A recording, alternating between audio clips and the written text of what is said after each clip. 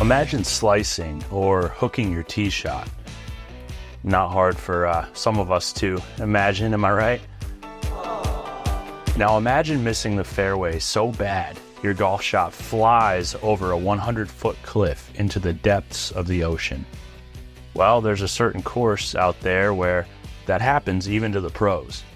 These are the Cliffs of Doom at Pebble Beach Golf Links, a hazard that not even Happy Gilmore would dare retrieve his ball from. Speaking of Happy Gilmore, my older brothers and I watched that movie all the time growing up. It's one of the best comedies ever. We still quote it, including these two lines that sum up the whole plot. Just listen to how direct it is.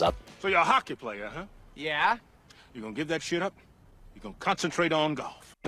One of the golf scenes was at the Pepsi Pro-Am with Bob Barker. I remember the celebrity and pro tournament setup with the overcast, soggy shoreline of San Francisco as the backdrop.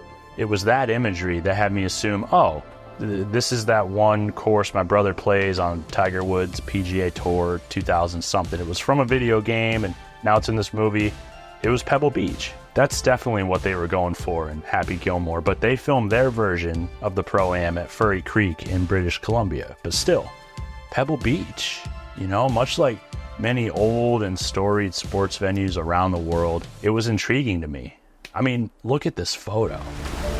Now, obviously at this point, there's no way any real-life round of golf can be more exciting than the fictional ones in Happy Gilmore, unless Xander Schauffele gets hit by a Tesla or something. But in real life, there are courses like this one, and some interesting things have happened here on and around the golf courses, from its fiery founding to some truly legendary play. So, who owns this course? Who has dominated it? This is Pebble Beach Golf Links. This man's name was Charles Crocker. In the second half of the 1800s, he was like a real-life Monopoly player. In 1860, Crocker became a member of Sacramento's Republican Party as a state legislature, where he bumped shoulders with Central Pacific Railroad executives who got to know him as a well-rounded worker and experienced project manager.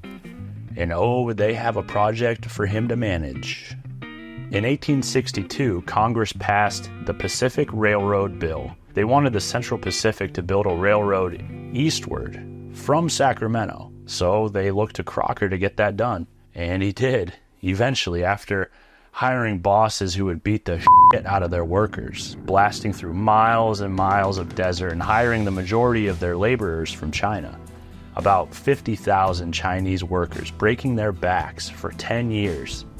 But the Transcontinental Railroad was built, and Crocker, now solidified in history as one of California's big four railroad barons, the one in charge of construction, that is. He realized his wealth of the generational kind. So, just like Monopoly, with one of the railroads in hand, he decided to look elsewhere and build a hotel.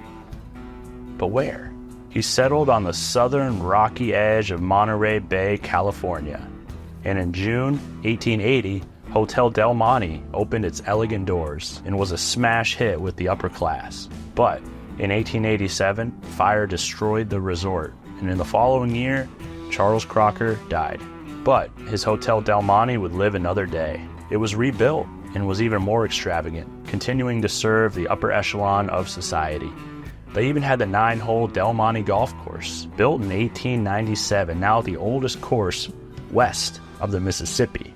So, with the resort in full swing at the turn of the century, the last of the big four railroad tycoons passed, and times seemed to be changing, and the financials of the company itself would start to get rocky. But the gorgeous Californian resort in the beautiful area it was nestled in stood gleaming with its 17-mile drive along Pebble Beach in the scenic Del Monte Forest. The potential was there, and it was going to take someone else, someone younger, to realize that potential and make it last. Even after the idea to expand the amenities had already failed in the past. This man's name was Samuel F.B. Morse. Not Samuel F.B. Morse, the inventor of the telegraph and Morse code, but his cousin. What kind of asshole is gonna put ketchup on a hot dog. In 1906, this other Morse was the captain of Yale's national champion football team. In 1907, he was a member of the Skull and Bones, a super secret, super cool club with members from very prominent families. So while he was there winning football games and skull and boning, he befriended a student who told him about the Pacific Improvement Company, a land development offshoot of his late Grandpa Crocker's railroad empire. By this time, the railroads were sold to E.H. Harmon, and along with them came a large amount of real estate holdings, including the Del Monte region, with the hotel and Pebble Beach. And in 1908, facing big losses at the time, a plan was made by company manager A.D. Shepard to open a summer resort and a lodge that served meals to travelers on that beautiful 17-mile drive. But it still wasn't panning out. And by 1915, 29-year-old Samuel Morse was hired by the Pacific Improvement Company to start salvaging what properties they had left. Maybe he could turn some around, but mostly they wanted him to cash in their chips and liquidate. But in Morse's eyes, this place was primed to succeed. Primed to make the big bucks. Yeah, with the hotel, the scenic drive, the forest, the summer getaway houses, and the Del Monte golf course. It just needed someone to champion this place, to take it to the next level. So, Morse said, let's offer more lots, more inland, and also let's build another golf course. And it was then, in 1917, in the midst of this rebounding expansion, the original log-built lodge burned down. Would that be it? The final straw that broke the camel's back? Morse didn't think so.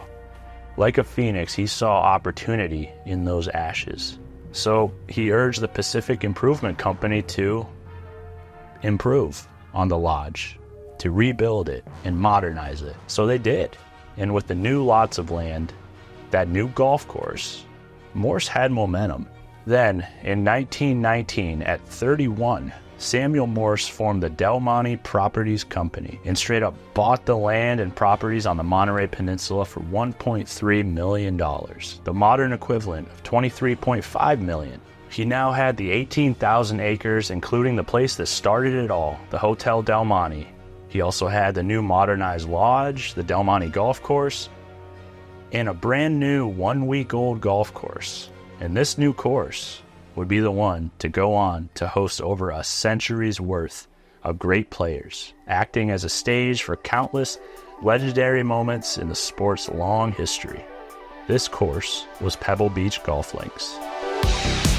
Its courses are breathtaking to look at and treacherous to play.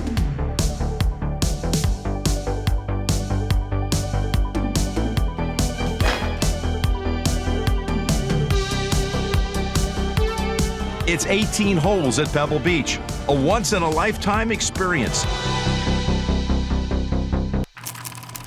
In 1916, Samuel Morse, not yet the owner of Del Monte, but still working for the Pacific Improvement Company, had hired 2 amateur golfers to design the new course along the stony Pebble Beach.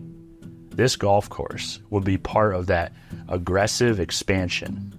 Sorry, I wrote aggressive expansion. You can't help but think of the Joker. Aggressive expansion. Anyway, Morse urged the company to commit to this golf course and also more property lots for summer homes, tennis pavilions, dining, just all the Dirty Dancing-esque getaway amenities you can think of. This was going to elevate the area and make them a lot of money. That was the plan. But the golf course, that was going to be the centerpiece.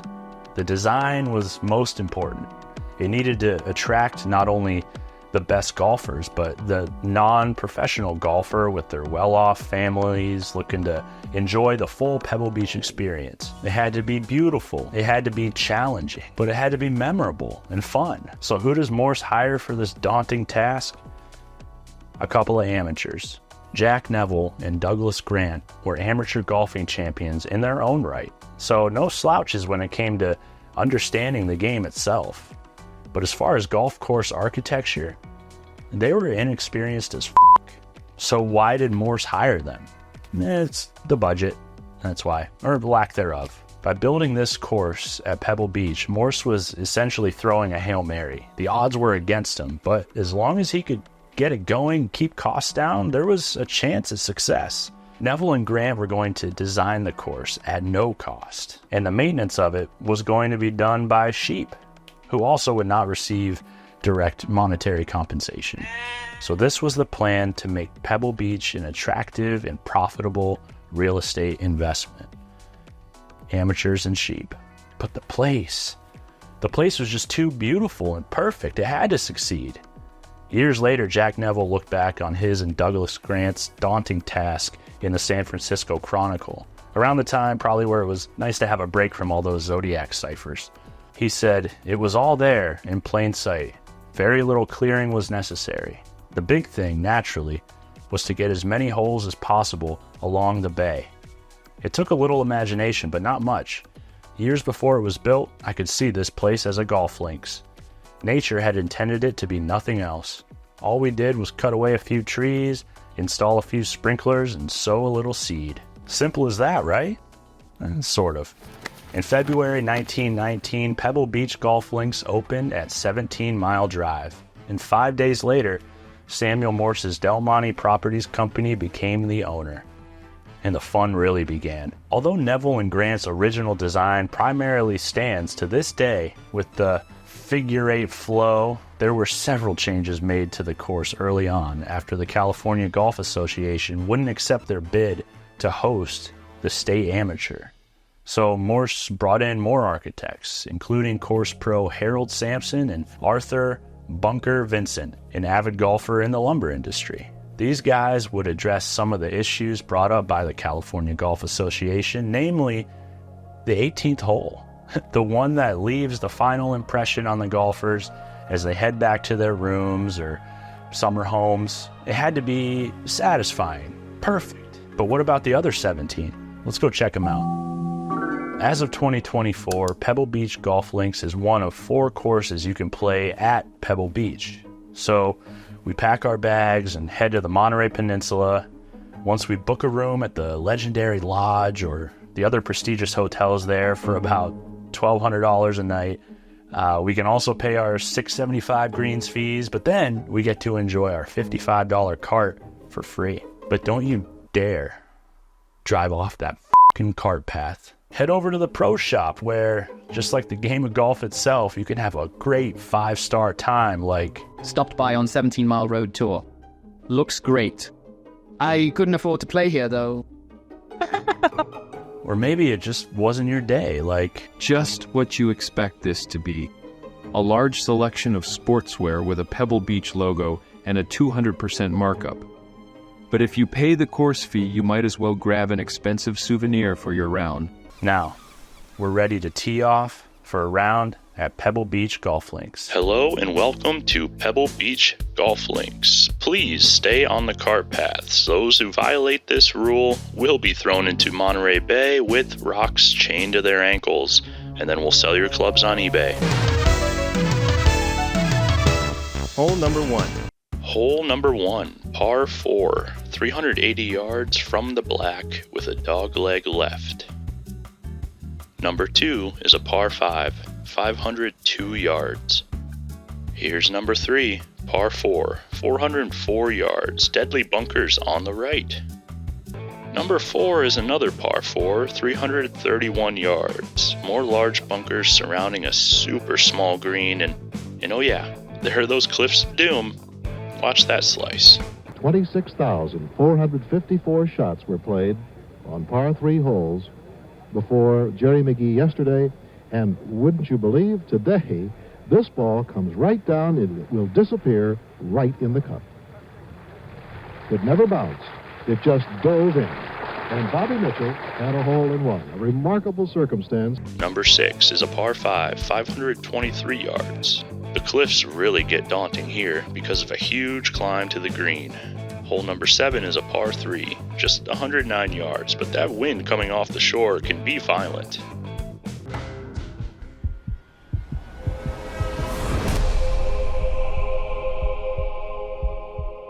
Number 8, par 4, 428 yards, just a beautiful scene here. round out the front 9, number 9 is a par 4, 505 yards. On the back 9 now, number 10, par 4, 495 yards, plays along Carmel Beach. Hole number 11 strays away from the ocean for a 390-yard par 4. Number 12 is a par 3, 202 yards. You go through the woods a little bit here on number 13, par 4, 445 yards. Number 14 is the longest hole on the course, par 5, 580 yards. Hole number 15 is a par 4, 397 yards. And here's number 16, another par 4, 403 yards. 17 is the final par 3, 208 yards. This is where Jack Nicklaus hit his 1-iron where Tom Watson chipped in. Looks good. Looks good. Do you believe it? And the final hole here at Pebble Beach Golf Links, number 18, is a par 5, 543 yards. Thank you for playing. Still under the leadership of Samuel F.B. Morse, the first 10 years of Pebble Beach Golf Links went relatively well, even after another fire at the Hotel Del Monte in 1924. In 1929, the U.S. Golf Association brought the U.S. Amateur to Pebble Beach, marking the first major hosted there. Bobby Jones played in that one, but lost out to Jimmy Johnston. In 1940, the U.S. Women's Amateur was played at Pebble Beach, won by defending champ Betty Jamieson. The 40s also saw the famous Pro-Am tournament, first known as the Bing Crosby National Pro-Am, and later the AT&T Pro-Am, played at Pebble Beach. From the Pebble Beach Golf Links in Pebble Beach, California, Bing Crosby National Pro-Am. Fast forwarding to 1961, the U.S. Amateur was once again played here, and the winner would not only dominate Pebble Beach throughout his iconic career, but also directly influence and alter the course itself. This 1961 amateur champion was Jack Nicklaus. Throughout the years there have been many great moments at Pebble Beach, from clutch shots and major championships like Tom Watson's chip-in to tricky shots on the rocky shore to Dwayne Wade's hole-in-one. Yeah! There have been a lot of great rounds, great tournaments, and great careers made at Pebble Beach. So let's just dig into 3 pros who dominated in different ways at Pebble Beach. There you go.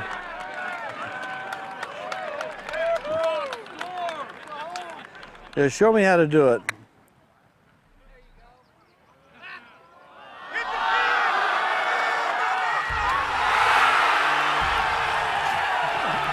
With no shortage of wins throughout his illustrious career, Jack Nicklaus, the only golfer ever to win each major at least 3 times, these 7 victories at Pebble Beach prove that, well, he always liked playing there.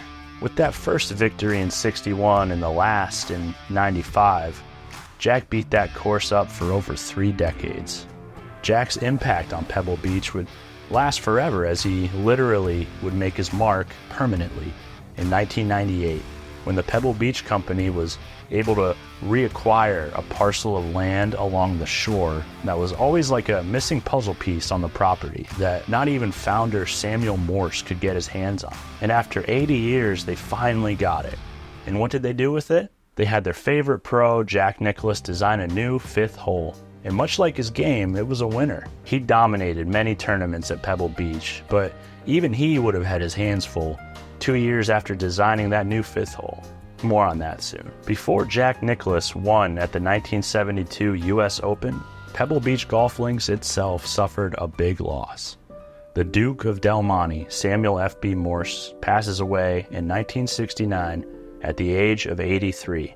Other than a few fires in the early years, ownership and operation of Pebble Beach and its resorts had been stable and straightforward for decades. It started with railroad baron Charles Crocker settling in, then Samuel F.B. Morse came in, but now Morse was gone.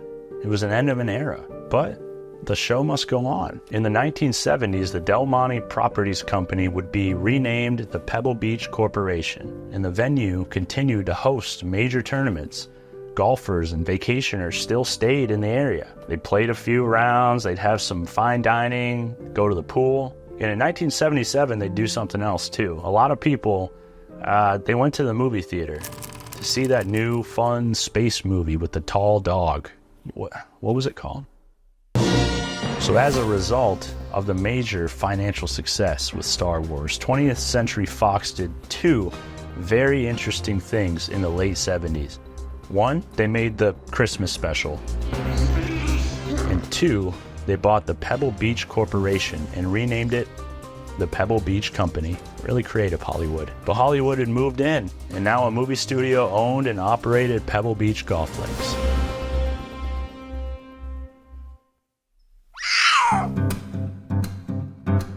Just 2 years later, however, a Rolls-Royce driving Denver oil man named Marvin Davis would cruise onto the scene.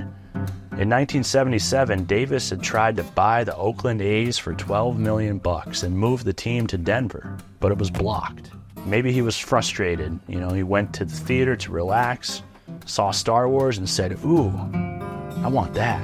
Because in 1981, he bought 20th Century Fox for over $700 million. Of course, this came with a few other things also owned by Fox, including Fox Plaza, aka Nakatomi Plaza from Die Hard, Aspen Skiing Corporation, and of course, Pebble Beach Golf Links. But back on the links themselves, in 1982, Jack Nicklaus was once again inching toward another U.S. Open victory. On a charge now, no doubt about it. But Tom Watson's magical chip shot from birdie on 17, Looks good. Looks good. followed by another birdie on 18, would allow him to outlast Jack for the win. Nicklaus wouldn't snag another victory at Pebble Beach until 1995, the same year a certain 20-year-old would finish 41st at the Masters, a golfer who would go on to play at Pebble Beach not too long after that. What would you do? What would you offer him? I wouldn't offer him. I'd ask him for a lesson. But in 1990, 9 years after the Wildcatter Marvin Davis swooped in and, quote, ate Hollywood, including a main course of 20th Century Fox with a side of Pebble Beach, it was the golf company that was the first asset to be auctioned off. Davis sold the prestigious golf resort for an $841 million price tag to Minoru Isutani, Japanese owner of Ben Hogan Properties. Unfortunately for Minoru, though, the asset price bubble in Japan popped the same year, causing his company and many others to scramble and then not in the golf way. So what would happen to Pebble Beach? That was an expensive purchase at the time, and on average, a luxury course like that takes a multi-million-dollar commitment each year to operate. Minoru needed to sell, and so would Marvin Davis, no stranger to selling an asset, buying it back, and selling it again for multiple rounds of profits, swoop in and claim Pebble Beach once more? To quote the Vanity Fair article, which references the writer Mark Seal's 2000 interview with Davis, the insider take on this attempted buyback went like this. He writes, "Then, during the market collapse in Japan, Davis almost bought the resort back for a fraction of the cost. He proudly showed me a picture of him on the course at Pebble Beach, so enormous that the club in his hands looked like a toothpick. I never fall in love with any asset," Davis said, "but that one I came closest to. That's why I tried to buy it back." Unfortunately for Davis, Minoru needed to act fast, and in 1992, he sold the Pebble Beach Golf Company to the Lone Cypress Company for $500 million, $341 million less than what he paid a decade before. Who's the fella owns this shithole? 1992. The same year, this man directed and starred in Oscar-winning film Unforgiven. Not a random fact. It's relevant as it's a film about an out-of-practice gunslinger who answers the call to save the day in a struggling western town. A storyline similar to what was about to happen with Pebble Beach itself.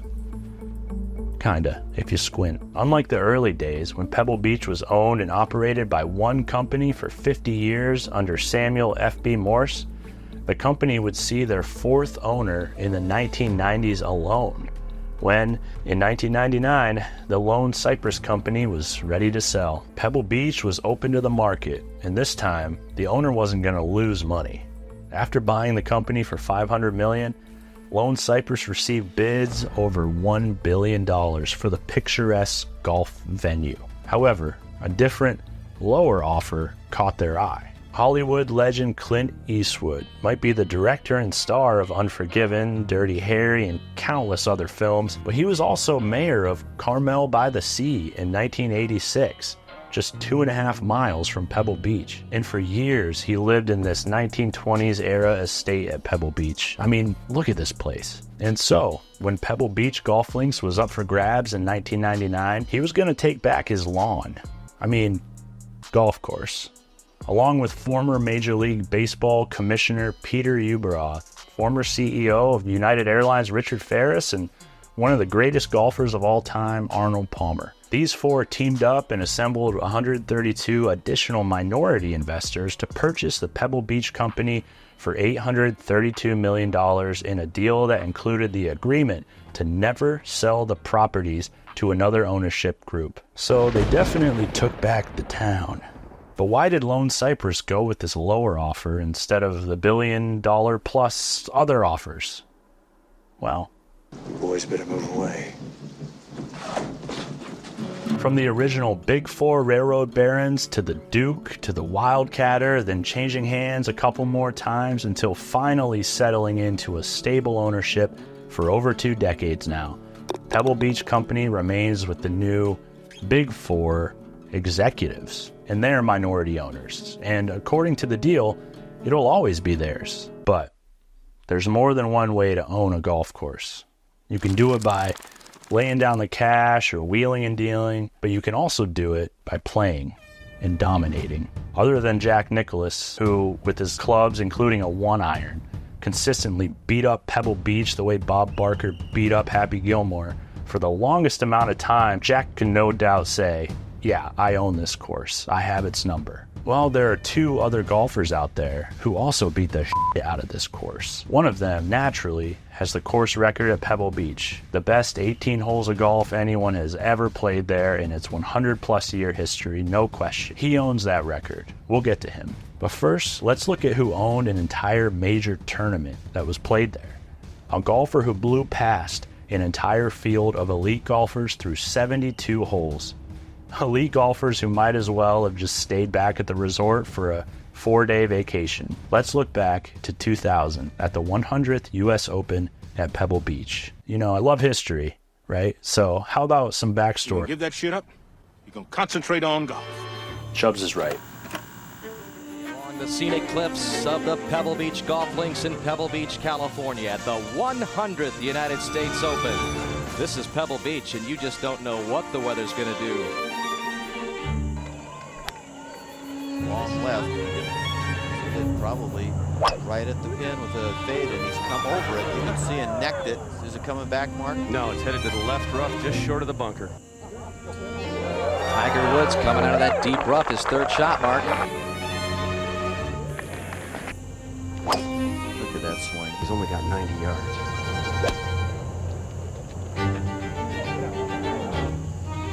Not a particularly easy shot here. He needs to negotiate the mound on the right side of the green. It's going to be a big 4-iron. Beautiful swing. Look at that balance. Everybody likes it. Downhill pitch shot there. Very fast. Very fast. And did not do a real good job in judging that speed there. Wow. What a save.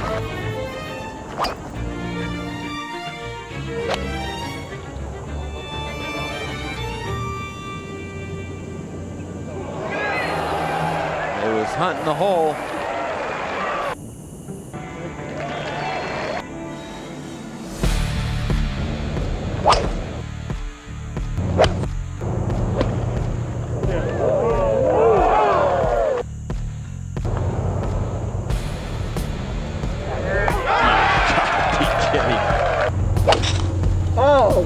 Oh,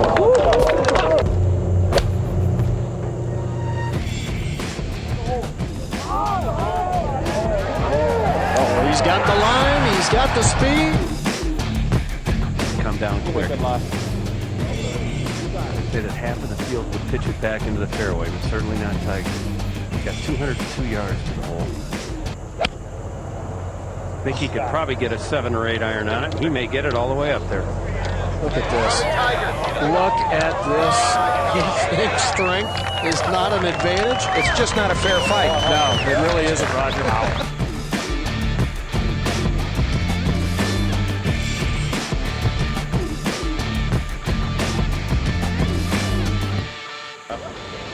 Just right of the flag. What a shot. What a shot is right. Over par today. This shot is leaking a little bit to the right. Needs a good bounce.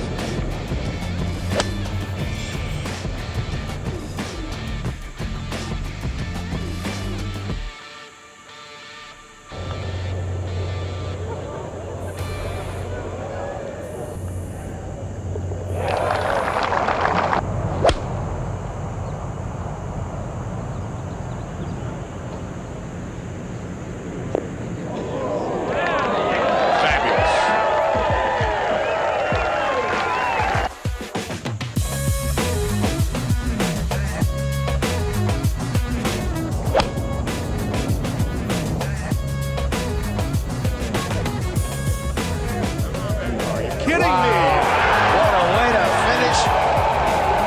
Should use less club. Right down the center.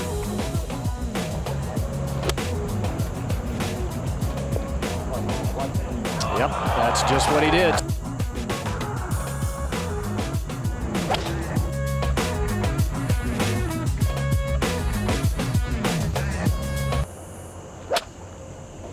Needs to get up.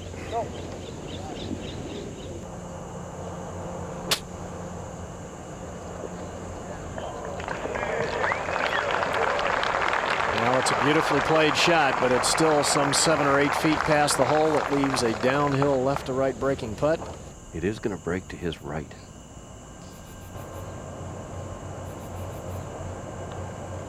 He hit it firmly. Continues to just pour those putts right in.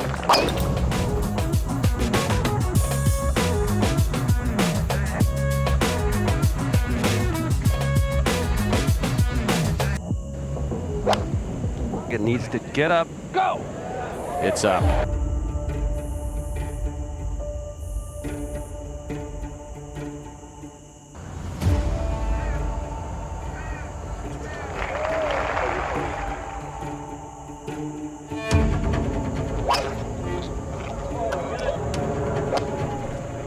Moving it just to the left side. Yeah, it's going to come off that hill, Tiger. This looks good. Right in the middle. You're the man!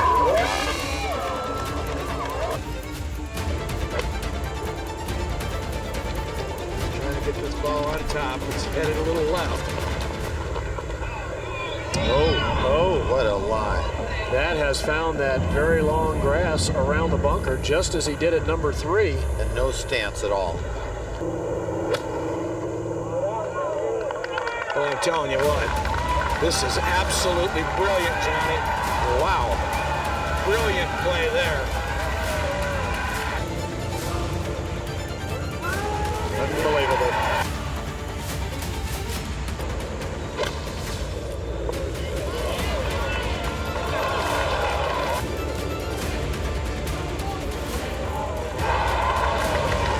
Let the wind be your friend. It's taking it down the right side, John, and not really curving back much to the left, but should be okay. Should be right center. It's okay.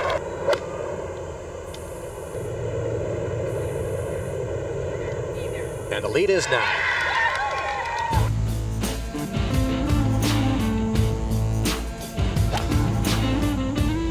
When Tiger Woods feels invincible, He wears a red shirt and black pants. Everything's gonna burn away. Oh my goodness. Double digits. I see smoke rising. About it. Baby, everything's gonna burn away. Yeah, watch it now. And Tiger Woods is the 100th U.S. Open champion in history. 100th U.S. Open champion at Pebble Beach. Tiger stormed onto Pebble Beach in 2000 and overtook the field by the largest margin in U.S. Open history. That's domination. Let's look at that bicep on his left arm. I mean, Tiger Woods has proved to us that this game is more just about talent and mind. I mean, he pretty much got everybody, all the top players in the world working at it. But what about single rounds? Like I said, the course record, 18 holes straight up. You can't argue with that. Who has that record? Well, Tiger's best that tournament was a 65. But 24 years later, the wet and soggy third round of the 2024 AT&T Pebble Beach Pro-Am would also go down in the record books. Wyndham Clark with a 60.